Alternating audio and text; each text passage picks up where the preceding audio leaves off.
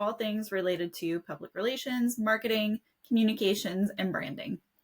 This week, we have Diana Cabrices. My guest this week on the podcast is the fabulous Diana Cabrices, brand evangelist for firms such as Trust and Will, Wealth Tender, and many more. She discusses what the role of brand evangelism is, how you determine if you currently have a good brand evangelist at your firm, and what you should do if that's not the case. Super excited to have Diana Cabrices grace the podcast. First of all, you're such a kind human being, and I love the fact that transparently we've been working together for a bit, but even just from afar, admiring the work that you've been doing for brands like Trust and Will and Wealth Tender and all these others. Props to you, lady. Thank you, Allie. And right back to you, girl. Since you went out on your own and I just watch you step into just like authentically you and just spreading so much value to your clients and to the industry and hustling. It's very inspirational. So thank you. That was a beautiful welcome. Of course, and well deserved. So actually, I feel like that leads into your work and whatnot. But my first question for everybody is what their favorite brand is and why. Ooh, okay. So my top favorite brand is Spanx. And I will tell you why it's my top favorite brand, because it's funny. I don't even wear Spanx that often. Like I will. There's occasions when you wear Spanx. I only maybe have like 2 pairs. I know women who have 10 pairs. They're like really in love with the product. But I'll tell you, I love the brand because I love the founder, Sarah Blakely. Mm-hmm.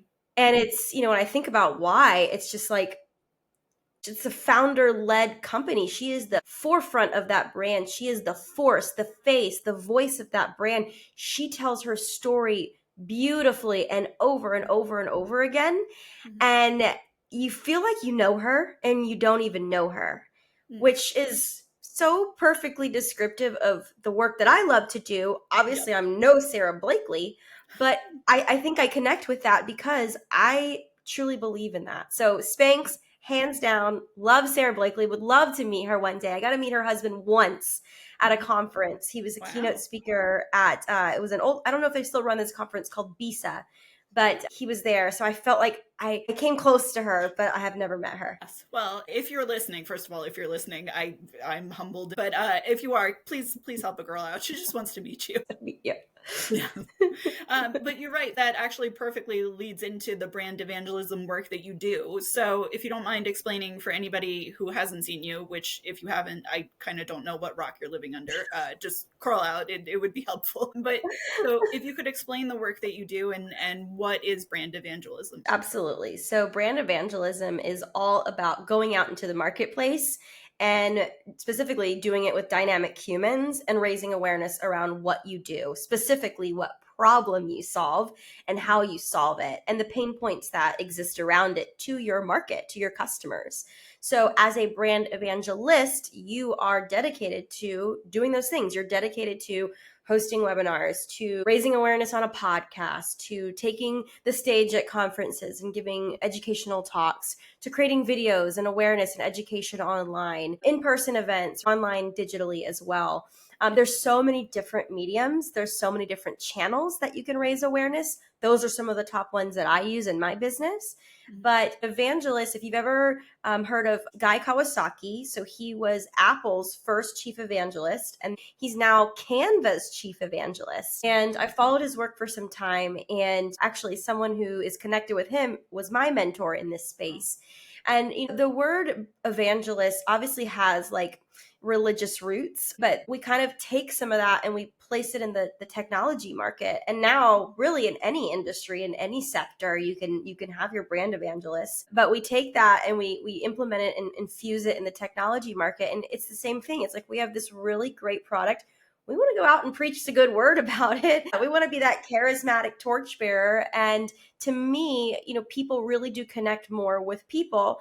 Yeah, we love brands, but I just explained, why do I love Spanx? Because I love Sarah Blakely, and she is the person. She truly is their chief executive officer and chief brand evangelist on the front lines. Yeah. Well, first of all, you also answered very well without even being prompted. I love that.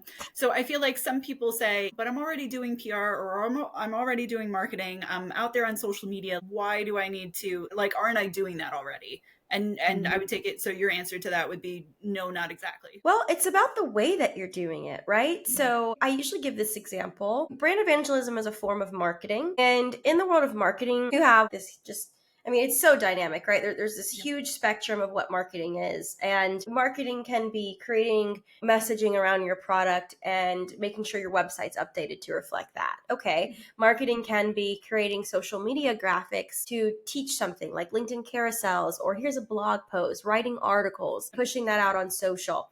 Those are all marketing, but so is brand evangelism. So where does it differ? Where brand evangelism is putting that person and that human in the marketing. So it's a humanization of marketing. So we can take that blog post and I'll make a video, and I'm going to put that video out into the world where people can see my face, hear my voice, just like we're doing right now. There's a big difference in somebody tuning into this podcast right now than if you would have interviewed me in an article, and we would have just posted the text of the article. There's a difference in experience there. There's a difference in connection there. So yes, PR is super important. Being on social media is super important, but there's different ways to do it, and there's different ways to show up.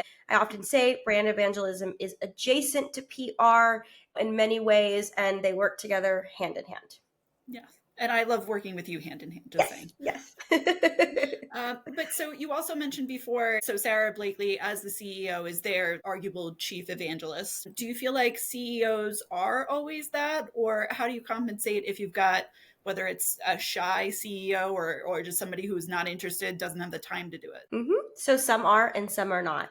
So I would say many are. Most CEOs have the people skill, right? Because they're managing people. They're usually starting a company and creating teams, and they're pitching to people, investors who they want them to invest in their companies. They're fundraising. That takes a people personality skill. But there comes a point where even that becomes difficult to be in that brand evangelist role and to be in that CEO role because of scalability. If you're fundraising, that's going to take you a whole year. Most likely you're focused on that.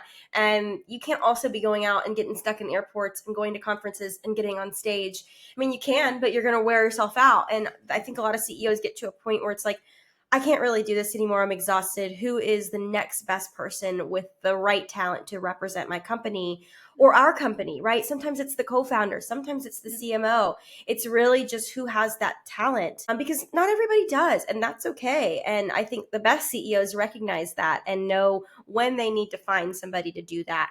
So even if, let's say in the other case, like you have a CEO who's just a little shy, which I have met them. There are CEOs that are like, that's not really my thing. I'm more behind the scenes. I'm more of a product CEO versus a marketing CEO. And those are excellent cases where they should be intentional about bringing someone on to do the role. Or again, maybe it's the co-founder, maybe it's the CMO that's going to do that. So I think, again, depends on your personality, depends on how busy you are, how much you want to scale, how quickly you want to scale, and what you have time for. Yeah.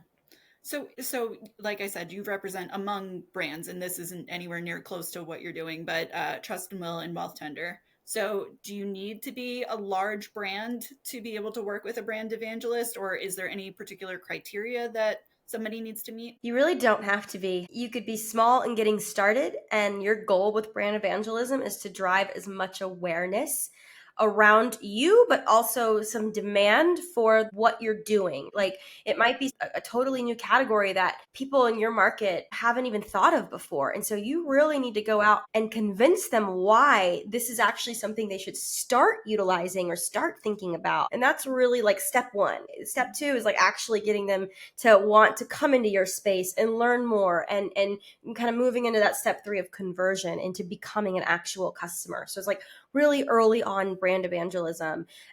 It depends on your budget too. You might just have one channel and one medium that you're saying like, this is where I want you dedicated. And maybe it's fractional, maybe it's part-time, which is, as you know, what I launched for outsourced chief evangelist, fractional. Or maybe it's full-time and you want to go all in, and that's where you're putting all of your early marketing dollars is into that face and voice. Along the way, your evangelist is going to come back into the organization and say, hey, we're going to tweak the messaging a bit because this is actually what's sticking. Again, it's a marketing role. And then on the other side of that, if you're a big firm and you might be in a case where you have some aggressive competition coming into the market, especially in these niche industries like we're in, Allie. We're not in necessarily always in the consumer market, but in this financial advisory market, it's small. Everyone knows everyone, and you can make an impact quite quickly with your efforts. So in cases like where you have a big company, it might just be, we're a little bit maybe behind right now on getting out in the marketplace, getting on stage, being at all these places at all these different times, creating really cool content. We want to ramp that up to stand out against our competitors, even if we're much bigger than them.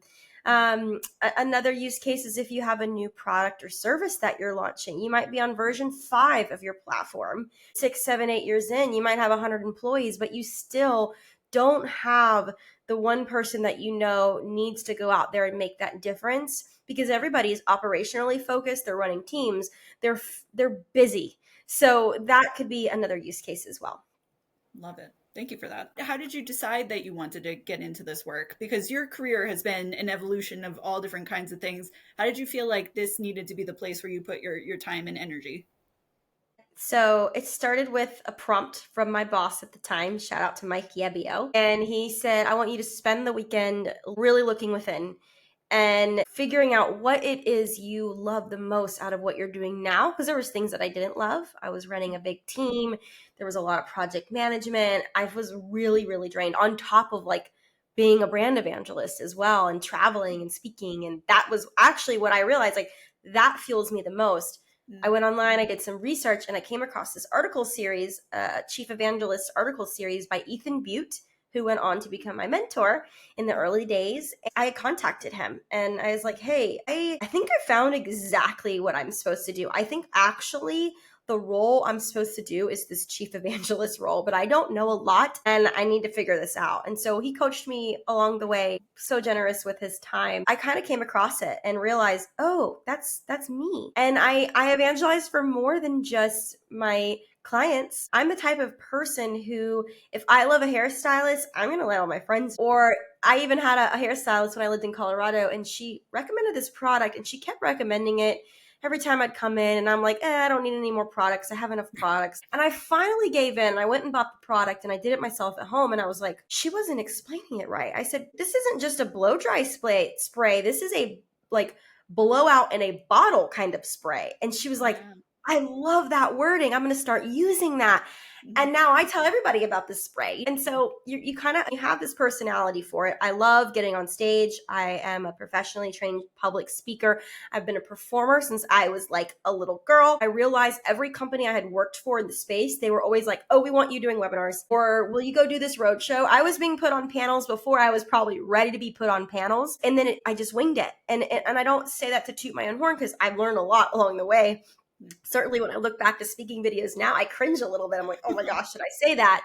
But it's like a blend of natural talent and a blend of like the activities that you're doing in this space are what you love doing. And that's how I kind of found my way here. Definitely. So one of the things that I've really learned from you, and it was pretty early on as we started working together, is that people buy from people. Because, up until then, I think it was just, what actually makes the difference? Like, who knows? No, really, people buy from people. So how do you get that message across to people? Why do you think is it that, like you said, so if you love Sarah Blakely, you're going to buy Spanx, you're not going to buy the other brand?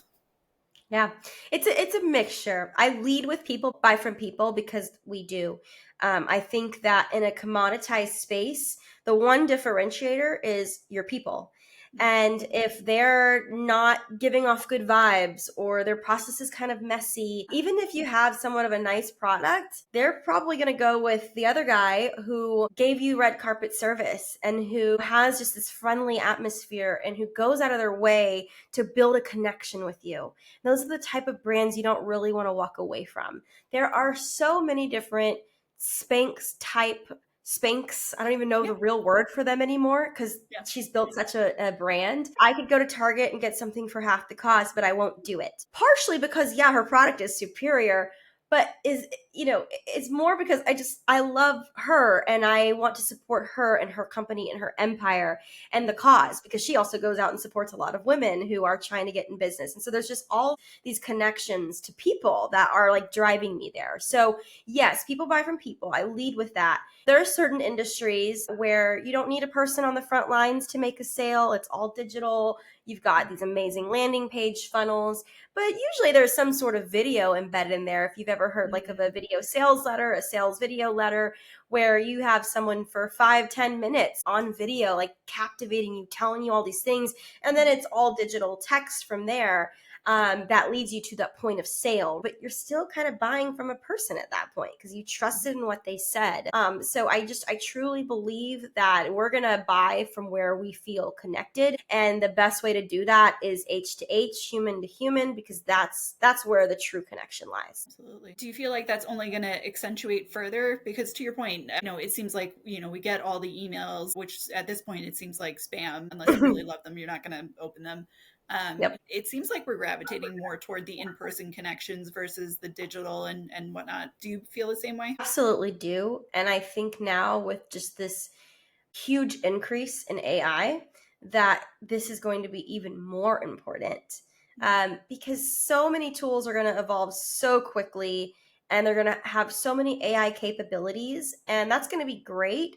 But then it's going to become harder for consumers to decide, for people to decide, well, which one's better? Like they kind of all do these same things because now it's easy to code an AI tool like overnight, and it's so much different. Now, software development has changed drastically now with AI and is changing drastically. So I think it's going to be even more important to have humans on the front lines to lead with good stories through your PR channels, through your brand evangelism and your marketing channels, and with that face and that voice. I completely agree. So for anybody who's listening to this and is saying, what Diane is doing is fabulous, and I mean, hopefully you want to work with her, and if you do, you should reach out. But if they're like, I just want to dip my toe in and see if it's even like worth it to me, or if I feel like it works, what do you feel like is sort of that first thing that they ought to do? So think about all the things I just said as far as like podcasting and getting on video and doing the demo video and going out in person and getting on stage and educating people. If you can say that you like doing all of those things, or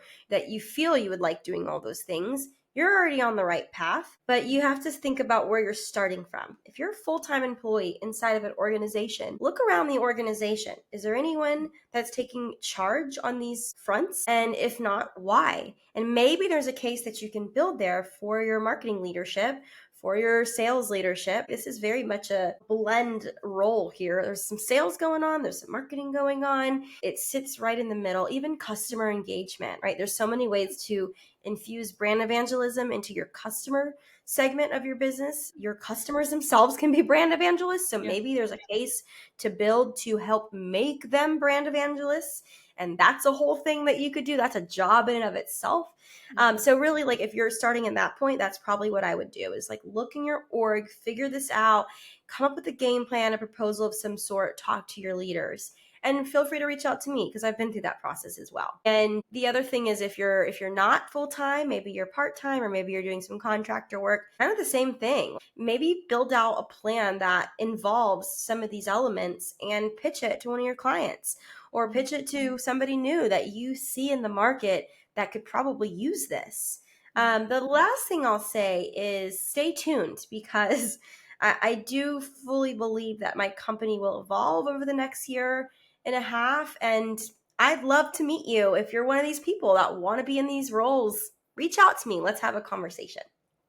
I love the fact that you're being generous and sharing that about yourself, because so many people could benefit from that, which also made me think of another question, of course. So do you ever have, whether it's the CEO or somebody else leading the company, that just doesn't seem to resonate with people? And how do you have that conversation of like, hey, so-and-so, I appreciate that you love the stage, but you can't go on stage? 100%. It's a tough conversation, because you're probably teaching them something about themselves that they haven't really been mindful of, or they haven't really realized yet. Obviously, you have to go about it in a very intentional way, but it's a conversation that needs to be had. And it may not necessarily need to be about them as much. It could be maybe a little bit about more you, if you strongly feel you have the talent to better wow a crowd, to better impress an audience, to better convert a group of people into being believers, into being passionate, into wanting to take action, which, you have to create some fire to get people to want to take that next step. If you feel you're better at that than the CEO, then maybe where you're starting is taking that same presentation that he or she gave and recording yourself giving it with more enthusiasm and passion. And maybe you're structuring the data a little bit differently. Maybe you're structuring the content a little bit differently. And then taking that recording and sending it their way and saying, I was inspired by what you did on stage, and I would like to step into a role where I do this for you to take a load off your plate. Not to mention, I think I'm extremely talented at it. So you take it a little less off of, hey, you're really not good at that, don't do that anymore, even if you really feel that way, to like, I think I am doing this, I could do this really, really well, and here's how it would benefit you and the company as a whole. Yeah, I love that positive spin on it, because you're right. Having those difficult conversations, you always have to find some way to like, no, actually, it would be doing you a favor in addition to the fact that you stink. Yes, yes. And it's not easy, like I said, but there's always, just got to be intentional about it. Totally. And usually take your time. I've learned in business, like having conversations while you're fired up or emotional about something, usually not a good idea. Sleep on it for a night, for 2 nights, for 3 nights. Then decide, is this worth coming back to? And if it is, in a case like this, I would say yes. Then kind of lay out your game plan and go about it gracefully. I can't say that I've always done that, but I've learned to do that. I've learned a lot from you. So thank you for all that you've shared with us. And I'm excited to see how you continue to evolve. So please come back when you've got more to share with us. I would love to come back. And I've learned a lot from you too, Allie. The fact you've been so graceful and gracious with your time with me and working with me and my clients and teaching me all these things. I really didn't know a lot about the PR world until I started working with you, and you rock it. So thank you. I can't wait to have another follow-up episode in the future. Well, thank you. That's very kind of you. You're the best. Thank you.